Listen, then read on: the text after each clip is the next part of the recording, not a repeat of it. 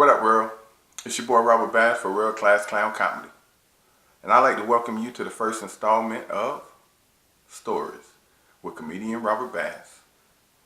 So, initially when this thought process came up, I was thinking about telling you stories that happened in my real life that inspired some of my comedy.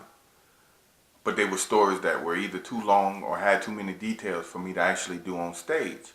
So I figured I would just do a video and share it with you, and you can watch it at your leisure. Well, the only problem with that is once I put my mind to actually doing it, my mind went blank. So I had to make some requests for suggestions and things of that nature. And I got one suggestion from a person that stated, hey, talk about the idea of having your baby mama live across the street. So my first thought was, I probably would treat it similar to walking into the house and seeing a giant tarantula walking across the floor as if he paid rent. I'm burning down the city. Everybody got to die, because that's not a situation that's conducive to the lifestyle that I'm living. But I also realized that wasn't enough to do a whole video on. So I was like, I'm going to go to my think tank. Now, anybody that knows me knows that my think tank is the bathroom. I think a lot when I'm dropping deuces. And most of y'all probably do. The other thing that I do while I am dropping deuces is I stroll down my timeline on Facebook. I came across a story that I thought was interesting. It was a story about a mother of 8 with the 9th on the way. And as the story read, she basically, me paraphrasing it, stated that she didn't care that people thought she was stupid, from the standpoint that abortions never crossed her mind. She felt that she laid down to make the baby, so it was her responsibility to raise the baby. And so my first thought was, wow, that's commendable. That's what's up. I salute you. But then the man in me rose. Because as you can tell from the picture, she took this picture in a bikini.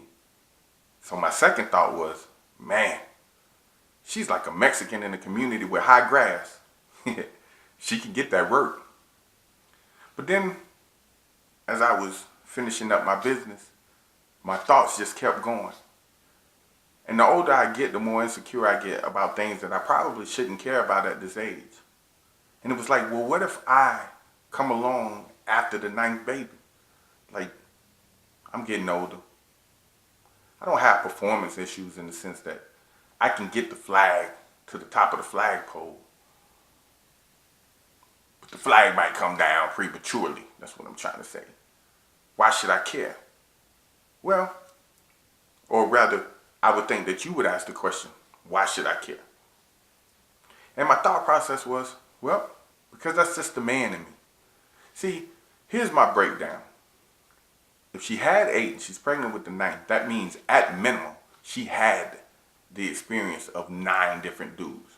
And this is only assuming that each child had a different baby daddy. If I'm the 10th guy and I don't add up to at least 50% of those first 9 dudes, then it's a bad thing. Now, on one hand, maybe I shouldn't care, because you done got pregnant from 9 dudes, and I don't see any C-section scars. So you probably had them vaginally, which means that your nether regions probably looks like the ultimate sandwich from Arby's. But that's neither here nor there. And therefore, it probably doesn't matter how I perform, because you won't feel it, because hell, I'm probably not feeling it. But then at the same time, I also thought about it from the standpoint of, how would I feel if we became engaged in a relationship and her baby daddy lived across the street? Well, she had 9 kids from 9 different baby daddies. Then that already says that that's community poom. And I probably wouldn't go to work. Which is probably good that I work from home, because now I can keep my eye on her. Because I can't trust the fact that he lived across the street. I don't know what his hours are, but I probably would find out, because I couldn't have him living across the street. See how I brought that back together? I may not be able to relate to how I would feel if my baby mama lived across the street, but I can relate to how I would feel if my girlfriend's baby daddy lived across the street. We would have problems. I'm not insecure. But at the same time, that's a variation that I don't want to have. Because at some point, he meant something to her. Enough that they procreated. Again, tarantula, house, lighter fluid. In the words of the notorious B.I.G., somebody gots to die. That's just my thought process right now, and it wasn't necessarily a story about something that had happened in my life, but inspiration comes from the weirdest of places. So I'd like to thank you for listening to my first installment of Stories with comedian Robert Bass. If you have any suggestions or ideas of things that you would like to hear my thought process on, please feel free to either email me or IM me at WorldKlassClown Comedy on Facebook and WorldKlassClownComedy@gmail.com through email. Thank you for your time. Y'all have a great day. Deuces, bitches.